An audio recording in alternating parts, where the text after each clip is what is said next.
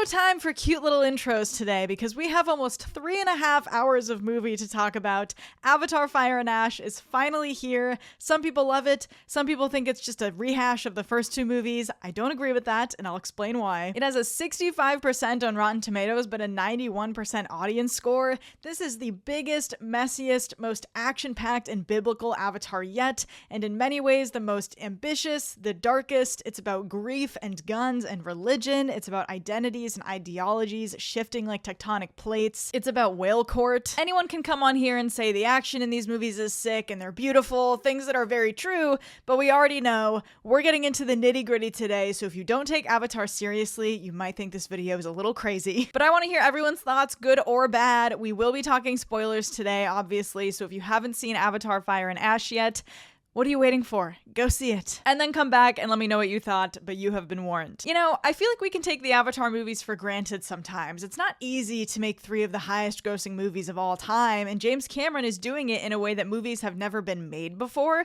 with stories that are as broadly accessible as they are thoughtful and entertaining. It feels like fewer and fewer blockbusters these days have this sort of emotional and thematic depth, or even try to. And it's well known by now that The Way of Water and Fire and Ash were originally conceived as one epic film, but it was just too much movie and had to be split up. Articles are coming out now about how Cameron completely changed the ending of Fire and Ash in post-production to not have the Na'vi wielding guns, and I think that explains a lot about what I love a little less about this one. And I will say, for everything that we talk about here that I think is incredible, even at over 3 hours long, it's somehow so dense that I wish we had more time with, or it focused more on certain things. But we'll get into all that. The biggest complaint I've been seeing about Fire and Ash that I wanted to discuss first is that it's just a rehash of The Way of Water or the first two films. And while there absolutely are a lot of beats that appear similar on the surface, if you don't disengage once you recognize something and really consider what's happening in the story, it reads to me less redundant than iterative, because these dynamics are evolving as the stakes and character motivations are. The emotional and narrative context are completely different, and they reveal things about the characters because we've been there before. Examples of this are like Spider being captured and held by the RDA again. At first I was like, uh-oh, this is just like The Way of Water, and I know not everyone loves Spider. My poor boy Spider, he's trying his best. But this moment is actually about Quaritch. It directly mirrors the scene in The Way of Water where Quaritch 2.0 offers Spider his dog tag, but the difference is that in The Way of Water, Quaritch states very plainly that he is not Spider's father. He's not Miles Quaritch, he just has his memories. But in Fire and Ash, Quaritch is reconnecting with, or really discovering his humanity and his desire to be a father to Spider. He also tells Spider about his mother briefly, and we'd never heard about her before, and Spider asks for the dog tag only to use it to escape, which shows us again where he's at with his feelings towards his dad. And we find out there are burgers on Pandora, which is very important information. So yes, characters being captured might be a default way to get them in a room together and create these moments, and who knows if when they split The Way of Water and Fire and Ash, they had to sort of split the arcs in half and repeat some things.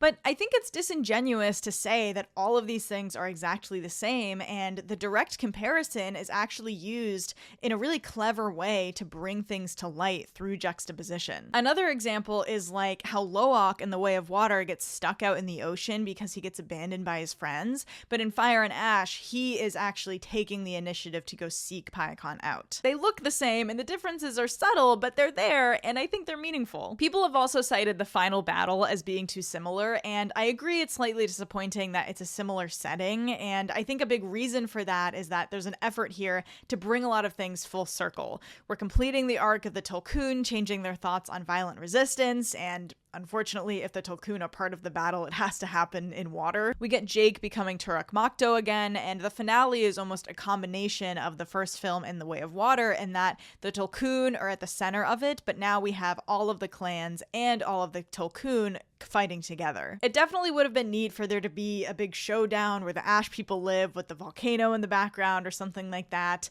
I think this aspect specifically has a lot to do with the Way of Water and Fire and Ash originally being one story. Who knows how they were reconfigured, but Fire and Ash very much feels like a part 2 and continuation of the Way of Water, and it was meant to be that way. What I haven't mentioned about the climax, though, is this giant solstice vortex. That's new. And it not only offers this intimate fight between Jake, Quaritch, and Spider, and we'll get into them, but it also fits into the film's central thread of violence and metal weaponry in an interesting way, because the vortex sucks up everything that's made of metal, all the guns, shrapnel from the boats. And what I've found myself wrestling with the most after seeing it is what this film has to say about violence and how it's worked into the character arcs. Of course, all 3 Avatar films are grappling with the ethics and different ideologies of resistance, and Cameron is very aware of that. It's the center of the series. But as I said before, he's talked about how he completely changed and reshot the ending of the film because originally Jake Sully was going to, quote, unite Pandora's remaining clans and arm them with automatic weapons, setting the stage for a gun-heavy final showdown. But Cameron later decided this wasn't the right direction to go in, saying that arming the tribes and pitting them against each other is actually the wrong thing. That was part of the North American genocide of indigenous people. I can't have Jake doing the same thing. It's really fascinating, and this is where I feel like we can start to see the seams of the warring sentiments of Avatar. Getting further into the films maybe presents an issue because the Na'vi and Pandora and Awa are supposed to represent an ideal of violence by necessity in the circle of life, but that's not always very cinematic, and it's not always realistic in instances of oppression and colonization. Now that the stakes are even higher than in The Way of Water, Cameron needed to create a believable situation where the Na'vi face off against the RDA and all of their technology, and the Na'vi don't get wiped out. But I'm almost surprised that the Na'vi using guns was Cameron's original plan, because I agree with him. The metal weaponry of the RDA has always been presented as a poison to the world of Pandora, and especially in a film where the new antagonists, the Ash people, are worshipping these weapons and siding with the RDA. No one wants to see the Na'vi that we love armed and changing their way of life to be more like the Sky People. That will really leave a sour taste in your mouth, and Cameron has mentioned that with Awa on their side, what the Na'vi and the creatures of Pandora are able to do is its own force to be reckoned with, and we see that once again in the new ending of Fire and Ash. So it seems obvious to me that Awa and the Na'vi being so in tune with each other and using that more natural collective form of resistance is the right response thematically and ideologically to the RDA and the Na'vi who have turned their backs on Awa and are now embracing that poison weaponry. It feels natural that that would be the antithesis to what our main characters are doing. So while I think Cameron made the right decision and he recovered pretty well, you can still sort of feel that it wasn't the plan while the screenplay was being written. The residue is still there in what they edited out and reshot. Apparently Jake becoming Turek Makto again was not originally planned, and it's one of those things that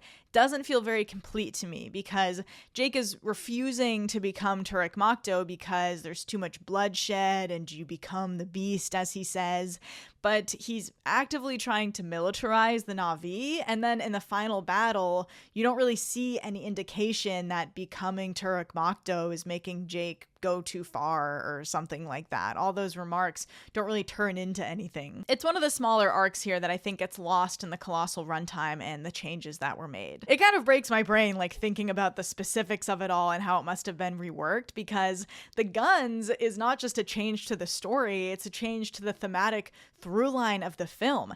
Every character arc here has something to do with their relationship to violence. These have always been war films and about children during wartime and the importance of decisions and actions as an individual and a family during that. I'm tempted to say that Neytiri has the strongest, or at least the most complete feeling arc in the film, and I think it's because of how closely intertwined her emotional journey is with those central themes of grief and not just violence, but hatred and resentment, and how that can motivate those things. things. She's actually at the center of two of my favorite sequences in the film that are at the low of her arc and her coming out of it. One is the conversation that she has with Jake in their tent about how she hates humans or pinkskins. This was a jarringly dark conversation where we learn that her resentment has turned into straight up racism in a way that Cameron lays really bare. Jake asks her sort of rhetorically if she'll always hate part of him because he's human, but she says outright that if her kids mess up, she thinks it's because of the human in them. And of course, she's never accepted Spider as part of their family, and she's the first one to say that she would kill him in an instant if it meant protecting her real family. She's leaning really hard into her faith to cope with the death of Neteyam, and despite all this, you still completely empathize with her because when you think about it, Neytiri is the only Na'vi person in this scenario who has been there since the beginning. She really has lost everything, and you really feel the weight of that and how she's just completely internalized it and turned inward to these really resentful feelings. And that all eventually culminates in the scene that many have already compared to the binding of Isaac from the Bible. It's one of the many moments in this film that feels like it's pulling from biblical influences, where Jake starts to agree with Neytiri that Spider needs to be killed to prevent the Sky People from learning how to breathe on Pandora. I could not believe that Cameron did this, and while I do agree with people that Jack Champion's performance can leave a little bit to be desired in certain moments, props to him though, because he is the only live action performance in moments like these, and that's tough. I think it works anyways though. And Neytiri simultaneously washing the paint off of her face from disguising herself as part of the Ash clan and having an almost baptism in the river to seeing blood on her hands and running to tell Spider, I see you. It is such a beautiful conclusion to her arc and cathartic moment to see her let go of her hatred and say, we will find another way. I do think it'd be a little awkward being Spider knowing that they were both cool with killing you at some point, but that's family, right? It's the holidays. Another nice detail of all of this is that Neytiri uses the bomb arrows that Jake made for her that she previously refused to storm the RDA base and break him out, which is possibly the best action scene in the film and definitely one of the most mind-blowing and distinct of the franchise. I couldn't believe what I was seeing. But I also think it's one of the most nuanced depictions of using tactics like that when necessary, but not relying on it as your only way of fighting or letting that violence seep into your heart. That's why I love that she adopts the Ash getup in that sequence and washes it off afterwards. So much of this film has to do with identity in a way that is both physical and spiritual, and how all of these people who are Na'vi or human or both are interacting with each other and trying to make sense of or claim their place in all of it. This is maybe most tangible in another favorite dynamic of mine, the one between Jake and Quaritch 2.0. They've always been foils to each other, but it goes in such an interesting direction here as Quaritch's journey continues to mirror Jake's in the first film. Stephen Lang gives a crazy good performance in this as Quaritch, by the way, and they're all great. I mean, Sam Worthington and Zoe Saldana have gone unrecognized on a larger scale for far too long, and I think they're all doing some of their best work in this one. But anyways, Jake and Quaritch are similar in the obvious ways. They both were human Marines who have become Na'vi, so they've been trained to operate under this same sort of code as they navigate the world of Pandora. But they're also similar in ways that I'm not sure they are even completely consciously aware of. Just as Jake was in his brother's avatar and felt a bit like an imposter, Quaritch 2.0 is in a Na'vi body with memories that are only sort of his and forced into this position with the RDA that he's now becoming disillusioned with as he leans more into his existence as a Na'vi, just as Jake did. He has his little fling with Varong, his son is at home on Pandora, and he sees potential for a life there beyond the one where he's a dog for the RDA. Because he can't live on Earth, he's only a Na'vi now, and from the beginning of this movie, Quaritch could barely give a shit about his mission. He's constantly compromising it because of his care for Spider and his desire to connect with Jake as the only other person alive who really understands what he's going through. It's played as a gag and it's a good one, but him sort of softening around them and, coming out of Varong's tent all decked out in the Ash People body paint and accessories, it's all also a really important reflection of how his self-perception and identity are shifting in a pretty profound way. We can tell that the moments where where Jake speaks directly to him about opening your eyes to what Pandora can offer you. And a little side note on that, I do think it's one of those things that feels weird because Jake is at once trying to arm the Na'vi, but is also very aware of the virtue of their way of life. It's kind of exemplary of like the inner conflict of the film. But that all resonates with Quaritch, and you even end up sort of rooting for the guy to give it all up and go and live with the Na'vi. But that would be too easy, so instead he throws himself off of a vortex rock, and we do not see him die. So who knows what the future of Quaritch will be.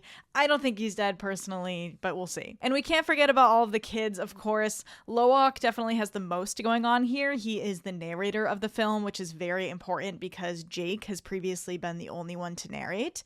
And it opens with him talking about grieving Neytiri and how he blames himself for it, which really sets the tone for the whole film. Again, it's easily the darkest of the three, and when Loak holds a gun to his chin, it's one of those startling moments that you just don't expect to happen, but it really makes clear how hard he is taking this and how much he feels he needs to prove himself to Jake, because as we see, Jake still sort of blames him for Neytiri's death too. That is something that I thought was resolved in The Way of Water that gets opened back up here, but I'm okay with Jake still struggling with that too. I mean, it's been like barely any time since The Way of Water, and so it's almost like, you know, 2 steps forward, 1 step back. And I think the more relevant part of Loak's growth here is him becoming a leader, not only to his siblings, but convincing the Tulkun to fight back. And I find it interesting that he's influenced by both of his parents for these things. He really wants to use guns because to him that's a symbol of the power and strength that he idolizes in his dad. And to me it was a heart-stopping moment where we see him use a gun to kill for the first time, especially because it was other Na'vi when they're running away from the Ash clan. But he also fixes Neytiri's bow for her and feels connected to his ancestors and the Na'vi way of life through that. I think he's ultimately becoming more like Jake, and he wants to be, but especially considering how important the characters' relationships to violence are, I found that noteworthy. Like Loak could end up becoming a leader who brings those two things together because of who his parents are. I actually thought this film would be centered more around Loak, especially with the narration of the beginning, because with the time jump that's supposed to happen between Avatar 3 and Avatar 4, it seems like there's meant to be a sort of baton handoff from Jake to someone. So who knows who's going to be really at the center of the story going forward. I don't think the Kiri reveal that she is Eywa's child was much of a surprise to anyone, but I really liked that she's trying to reach Eywa through the film and that she can only get there with Spider and Took's help. I love that she and Spider kiss. I was secretly wanting that to happen. And the Eywa reveal was crazy. What in the Evangelion is Cameron doing? I feel like we still learned nothing. Like you can't even tell if the big head was a Na'vi or what, but I'm into it. Maybe Kiri is Eywa. I don't really get why people hate Spider so much. The poor kid. Like, his parents are already trying to kill him. Give him a break. As I said, I do think Jack Champion can struggle a little bit compared to the other performances, and I get people not loving Cameron's classic, silly teenage dialogue, but he's a great character, and it's been a pleasant surprise to me that he hasn't had, an evil Anakin arc since Quaritch is his father, and it was understandable that he saved Quaritch's life in The Way of Water, but otherwise, Quaritch has been the one to change because of him. It's a good reinforcement of how much the support systems around these characters play an important role, with the other big moment here being when Kiri and Soraya show up for Loak. How can you not adore this whole family? I love the Ash people, obviously. I mean, what is there to say that hasn't already been said? Una Chaplin as Varong is a complete revelation. Her performance is incredible, and I just love the psychology of the character and her relationship to power and control because they feel betrayed by Eywa and seek dominance almost as a trauma response to their people being ravaged by the volcano. They're reclaiming power through what hurt them and through pain itself and all of their rituals. There's a psychosexual element to Varong's relationship to Quaritch and her ability to torture people and control them with her Kuru. It's all awesome. I wish she was a bigger part of the third act. I think she was kind of collateral damage from the edit after Cameron changed the ending. But I love every time that she and Neytiri interact. Other things about the movie, I love Neytiri's relationship with Renal. They're so funny together and they really care about each other, even if they pretend not to. Rip Renal, that was sad. I think the ending is super abrupt. I wish we got a bit more of an epilogue like the other movies. Shout out Took. She's trying her best. And of course, these films are just a dream of digital technology and what we can do with performance and motion capture and 3D. The action in this film is jaw-dropping. It's hard for me to pick a favorite scene between the Wind Trader raid, the scene at the base, and the final battle. Just so much good stuff here. It's such a big movie. You could literally spend hours talking about all of the details and how everything is interconnected, almost like the mycelial network on Pandora in the final shot. No eyes opening this time to end the movie. What's that about? But I really talked in this video about the things I found most interesting about this Avatar film. If you watched it all, thank you for bearing with me because it's all very complex. I know not everyone loves these movies, and that's okay, but they are worth exploring on a deeper level, and there's a lot of thought put into them, even if this time it feels affected by the changes that were made in splitting this grand story into 2 movies and making some changes in post-production. It's a lot, and again, it can feel too dense for its own good. There's a lot that I wish we had more time to explore, but I think it's a testament to James Cameron's titanic talent as a director and also just the power of these movies as cinematic experiences that it's completely enrapturing anyways. So I'm going to give Avatar: Fire and Ash